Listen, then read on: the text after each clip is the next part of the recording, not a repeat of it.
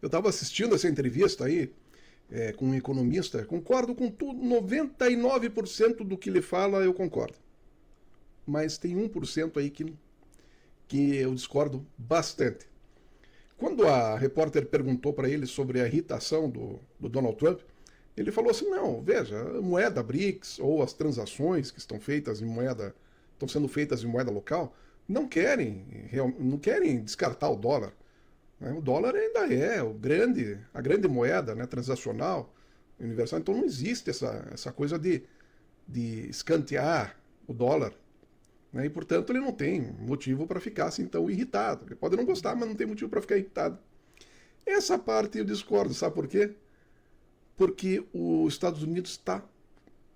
Eu ia usar um termo aqui, mas não vou usar. Os Estados Unidos está com um problema, vamos dizer assim.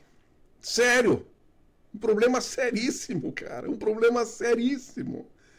Não adianta, é evidente o caminho, e digo, não tem como frear. Não tem, vai ter que criar um problema com a China, com a Ásia toda, com o Brasil, com o BRICS, com a Rússia, com a África do Sul, com todo mundo. Não tem como frear. Sabe qual é o caminho natural das coisas? Veja bem, há 20 anos atrás, as reservas mundiais em dólar estavam em torno de 78%. Hoje está em torno de 50%, 48%. Está despencando, velho. E o próprio Donald Trump ele falou assim, se nós perdermos o dólar como moeda transacional, nós vamos virar um país de terceiro mundo. Daí, mas por que ele fala isso? Porque a sacanagem toda está em cima do dólar, meu. Vou tentar explicar. Com calma. Né? Com calma. Imagine um jogo de futebol. Tá? Então tá lá. Flamengo e Fluminense.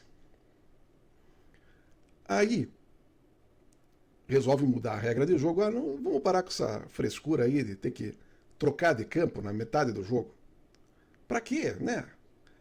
90 minutos, cada um. Você fica nesse campo aí, eu fico nesse campo aqui, 90 minutos tá beleza. Aí um time começa a perder muito, e é o dono do estádio. Daí ele diz assim, vamos fazer o seguinte, aumenta 1 metro o gol lá do Flamengo. Só 1 metrinho, não dá nada. Aumenta 1 metro. É claro que num jogo de futebol isso é evidente, ninguém vai ficar assim, sem perceber a sacanagem, certo?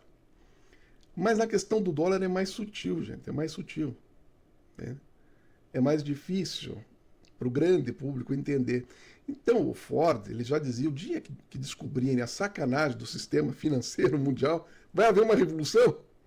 E o Giscard d'Estaing falou, a vantagem do dólar é muito grande. Então existe uma sacanagem embutida no dólar. Por quê? Porque, imagina, eu faço dívida no bairro aqui, a moeda o dizimista, a moeda do dizimista, tá? Aí, aqui no bairro tem um pessoal meu, barra pesada, que não permite que entre outra moeda aqui. Tá?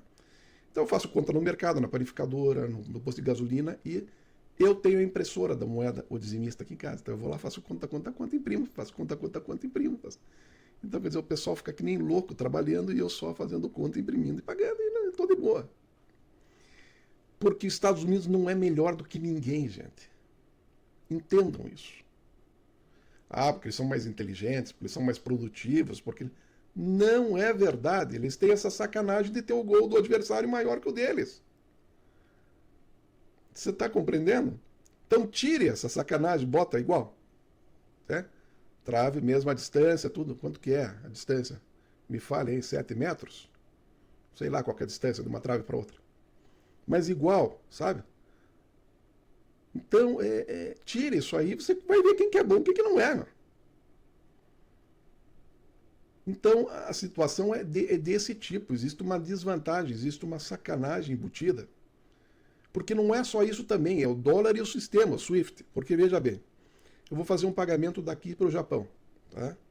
Aí eu tenho que converter, vamos dizer que eu tenho que converter em dólar, daí eu vou converter no ien, daí, entendeu? Vai pagar lá no Japão. Então passa por um caminho esse dinheiro.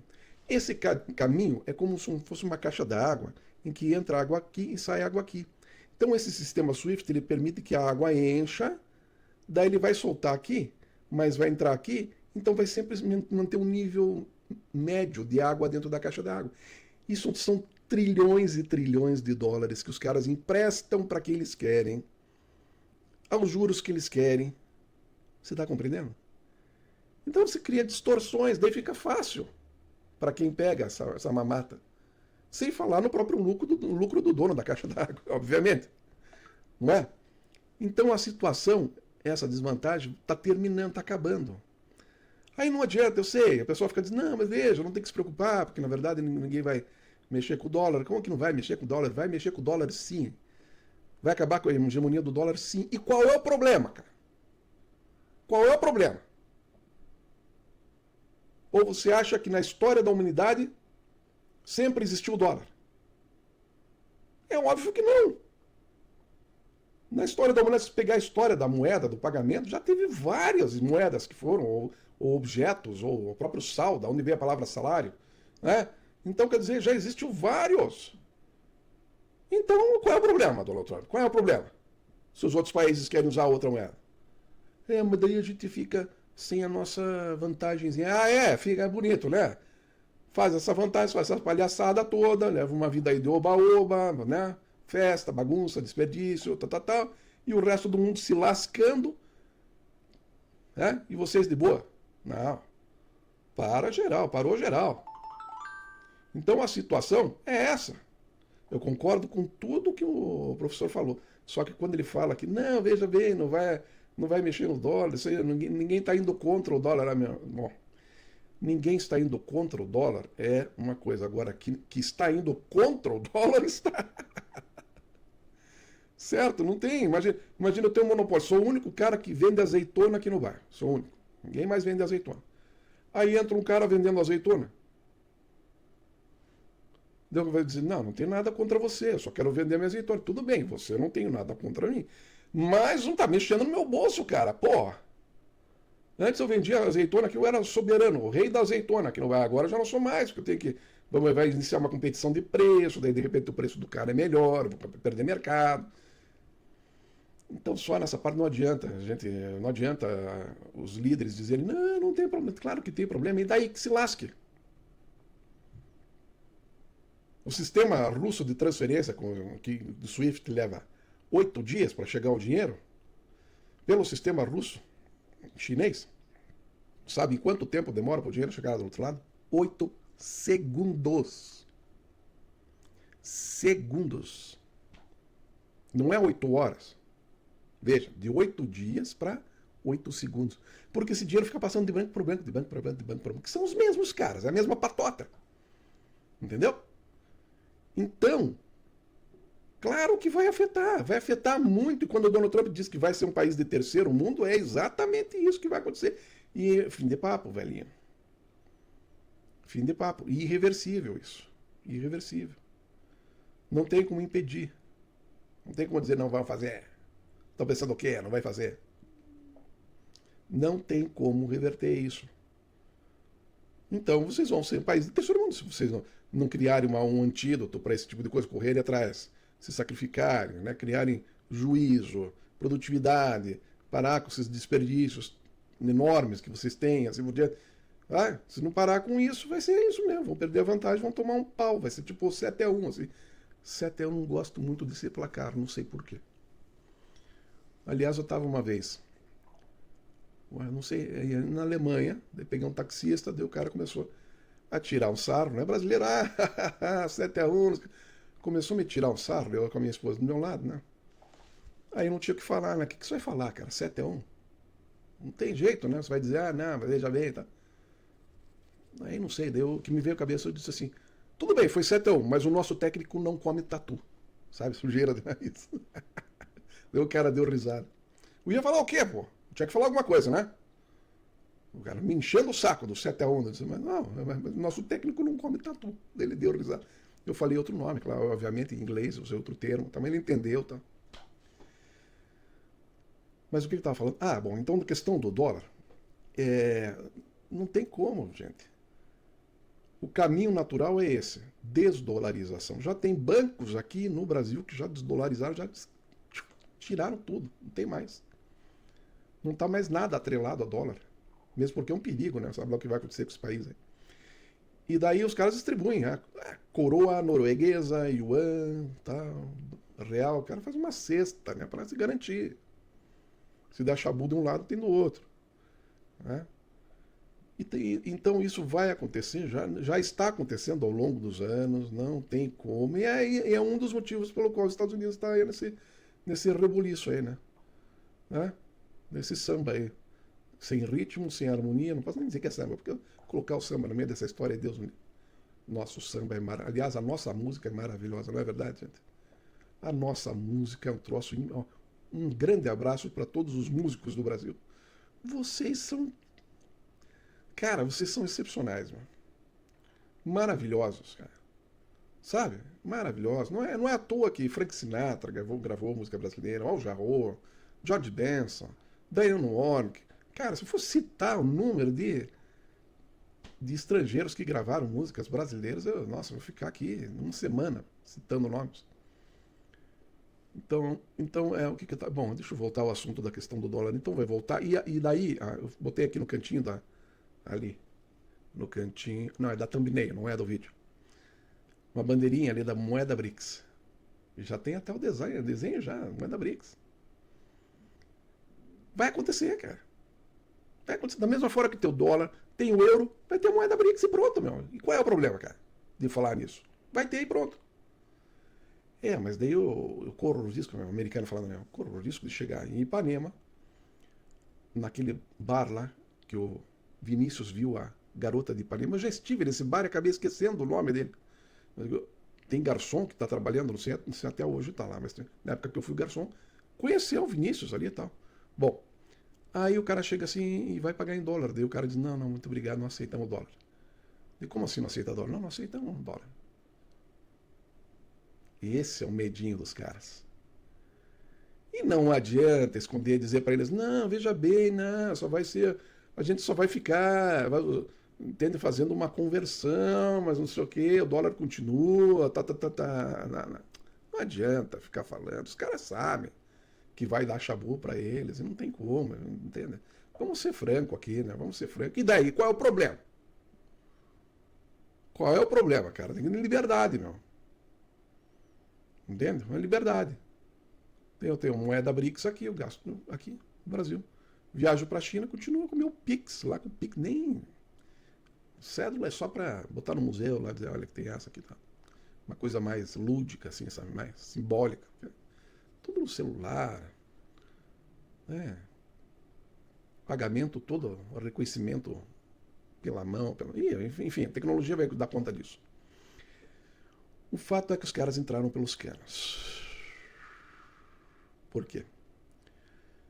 Porque eles não querem trabalhar muito. O americano não quer trabalhar muito, não, cara. Tanto é que cuidador, lavador de prato, não sei o que, tudo é estrangeiro. Os caras não querem trabalhar muito, querem ganhar bastante e querem desperdiçar bastante. Querem desperdiçar, querem fazer festa, querem oba-oba, entendeu? Querem consumir bastante.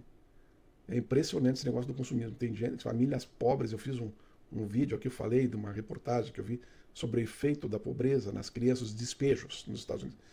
Gente, casa de pobre, mas pilhas de boneco de pelúcia, pilhas, cara, na sala.